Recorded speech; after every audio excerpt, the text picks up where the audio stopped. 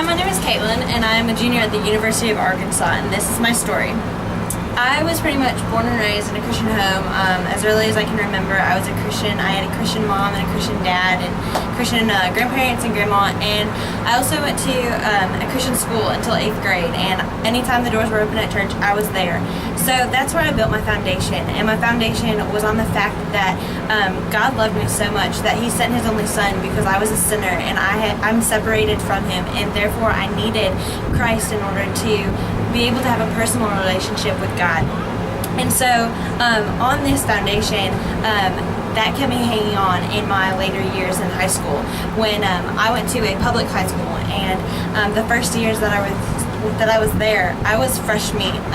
There was 400 students in my grade, and everybody pretty much knew everybody else, but I was the new girl, and I was the fresh, untainted meat. It was a game for them to play to corrupt my mind. They got a kick out of everything that they could tell me to shock me, and so over the years, I became very desensitized to all the things that they were saying. No longer did sex and drugs and alcohol shock me, but it just became a regular day thing, and so through high school, I kind of lost touch with God. And junior and senior year, I became very spiritually dry, and I knew that, and I desired a relationship with God, but I had no way of getting it because I didn't have the friendship and community in Christ. And so I just was stagnant in my faith and waited until college.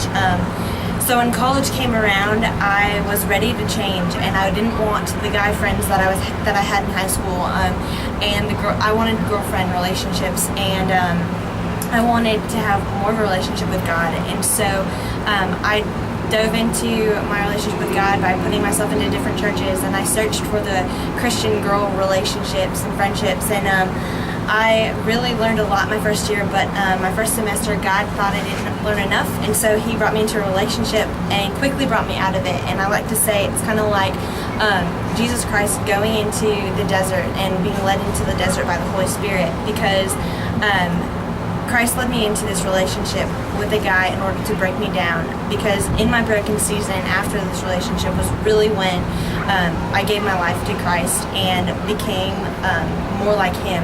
And He led me into a community of believers that have molded my heart so much to mirror Him and just push me and ignite a fire that I've never had before. And so that's what led me here.